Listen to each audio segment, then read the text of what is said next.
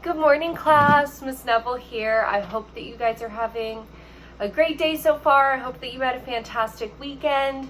We're going to go ahead and start our day off today by reading the book, A Bad Case of Stripes. Now, when you hear that, what do you think that it's about? Let's think.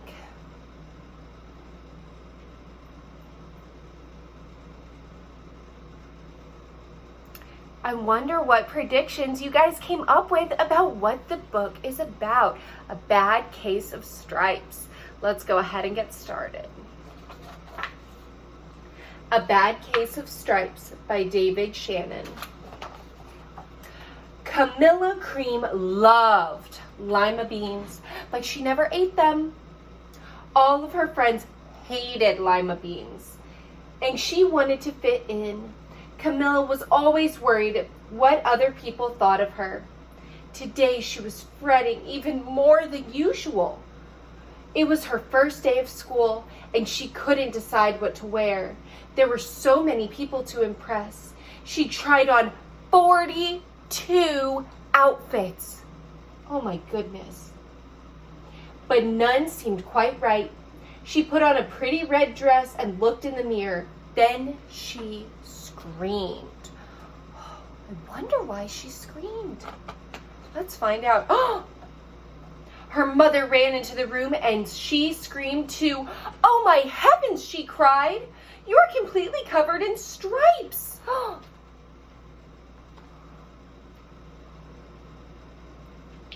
It was certainly true. Camilla was striped from head to toe. She looked like a rainbow. Miss Cream felt Camilla's forehead. Do you feel all right? She asked. I feel fine, Camilla answered, but just look at me. You get back in bed this instant, her mother ordered. You're not going to school today. Camilla was relieved. She didn't want to miss the first day of school, but she was afraid of what other kids would say. And she had no idea what to wear with those crazy stripes. Oh.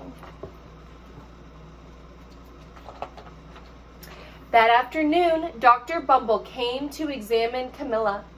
Most extraordinary, he exclaimed. I've never seen anything like it. Are you having any coughing, sneezing, runny nose, aches, pains, chills, hot flashes, dizziness, drowsiness, shortness of breath, or uncontrollable twitching? No, Camilla told him. I feel fine. Well then, Dr. Bumble said, turning to Miss Cream, I don't see any reason why she shouldn't go to school tomorrow. Here's some ointment that should clear up those stripes in a few days. If it doesn't, you know where to reach me. And off he went. Her tongue is striped too. The next day was a disaster. Everyone at school laughed at Camilla. They called her Camilla Crayon and Night of the Living Lollipop. She tried her best to act as if everything were normal. But when the class said the Pledge of Allegiance, her stripes turned red, white, and blue, and she broke out in stars. Is that a good choice or a bad choice, making fun of Camilla?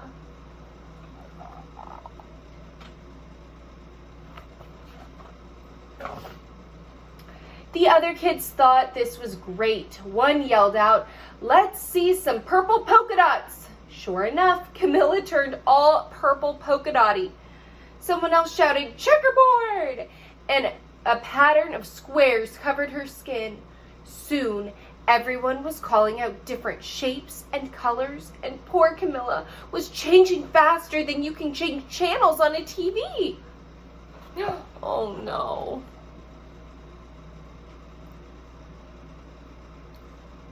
How could you guys be a good friend to Camilla if you were there? That night, Mr. Harms, the school principal, called. I'm sorry, Mrs. Cream, he said. I'm going to have to ask you to keep Camilla home from school. She's just too much of a distraction. And I've been getting calls from other parents. They're afraid those stripes are contagious. Do you guys know what contagious means? It means that some sickness can spread from person to person. Camilla was so embarrassed. She couldn't believe that 2 days ago everyone liked her, and now nobody wanted to be in the same room with her. Her father tried to make her feel better. "Is there anything I can get you, sweetheart?" he asked. "No, thank you," sighed Camilla. What she really wanted was for a nice plate of lima beans, but she had been laughed at enough for one day. Oh, her parents are worried about her. That's sweet. Well, yes, I see, Dr. Bumble mumbled when Mr. Cream phoned the next day. "I think I'd better bring in the specialists. We'll be right over." About an hour later, Dr. Bumble arrived with 4 people. Everybody say 4. Oh, that's a lot. 4 people in long white coats. He introduced them to the Creams. "This is Dr. Grop, Dr. Sponge, Dr. Cricket, and Dr. Young." Then the specialist went to work on Camilla. They squeezed and jabbed and tapped and tested. It was very uncomfortable.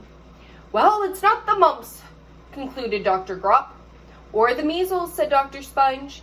"Definitely not chicken pox," put in Dr. Cricket. "Or sunburn," said Dr. Young.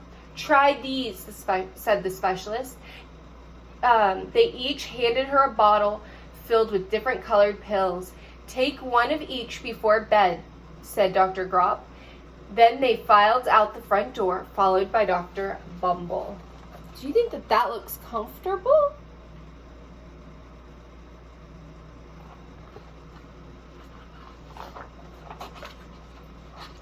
That night, Camilla took her medicine. It was awful. When she woke up the next morning, she did feel different.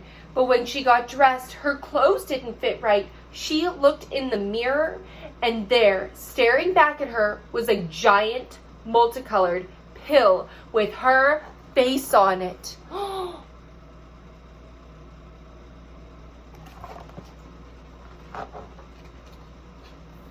Dr. Bumble rushed over as soon as Miss Cream called, but this time, instead of the specialists, he brought the experts.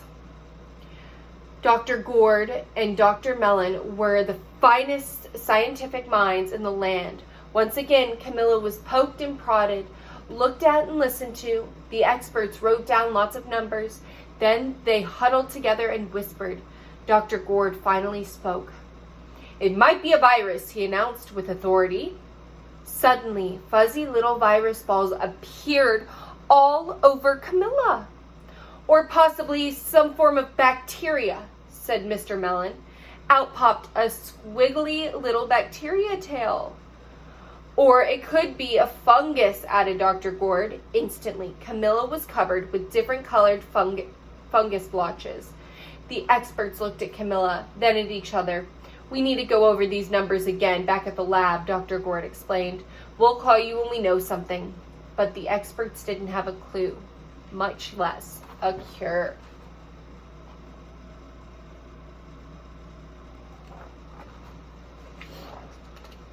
But now, the TV news had found out about Camilla. Reporters from every channel were outside her house, telling the story of the bizarre case of the incredible changing kid. Soon, a huge crowd was camped out on the front lawn.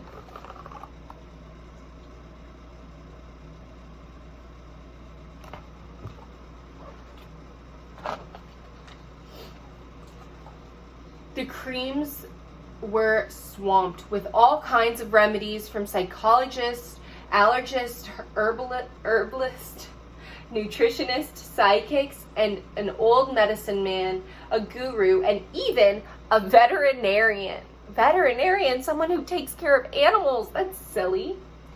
Each so-called cure only added to poor Camilla's strange appearance until it was hard to even recognize her. She sprouted roots and berries and crystals and feathers and a long furry tail, but nothing worked. Wow. Look at her.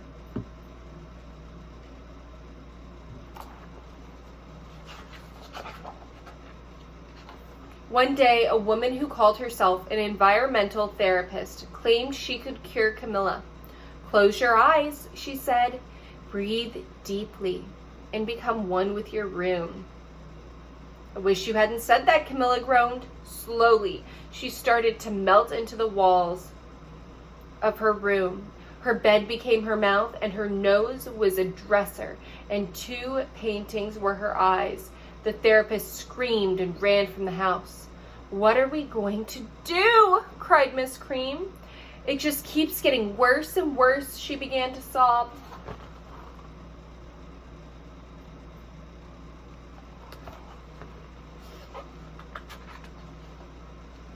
At that moment, Mr. Cream heard a quiet little knock at the front door.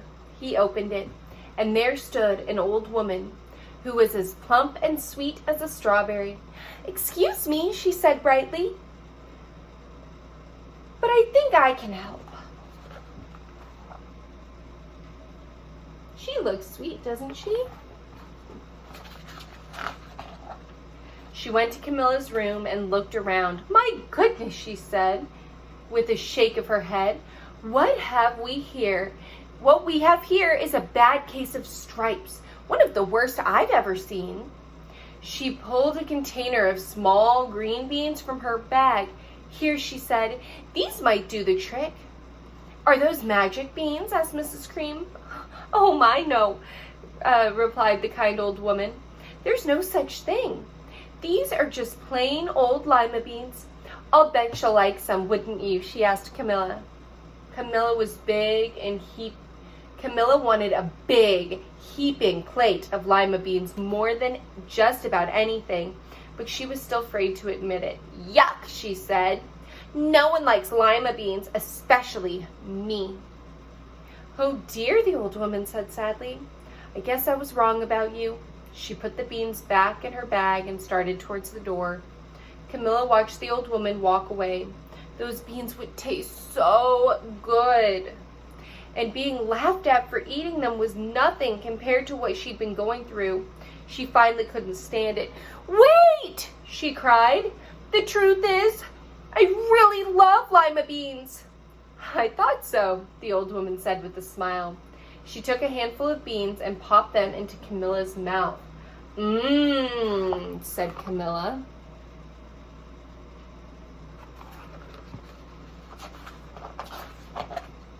Suddenly, the branches, feathers, and squiggly tails began to disappear. The whole room swirled around.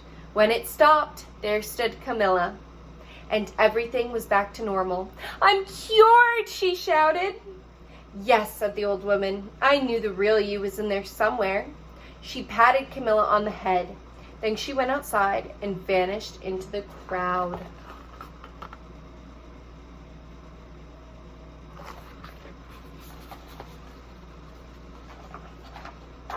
Afterwards, Camilla wasn't quite the same.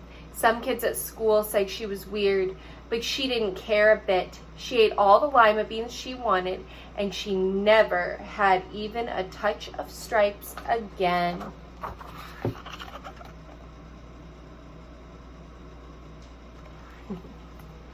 I love this book. It's awesome to see how Camilla really changed from the beginning to the end.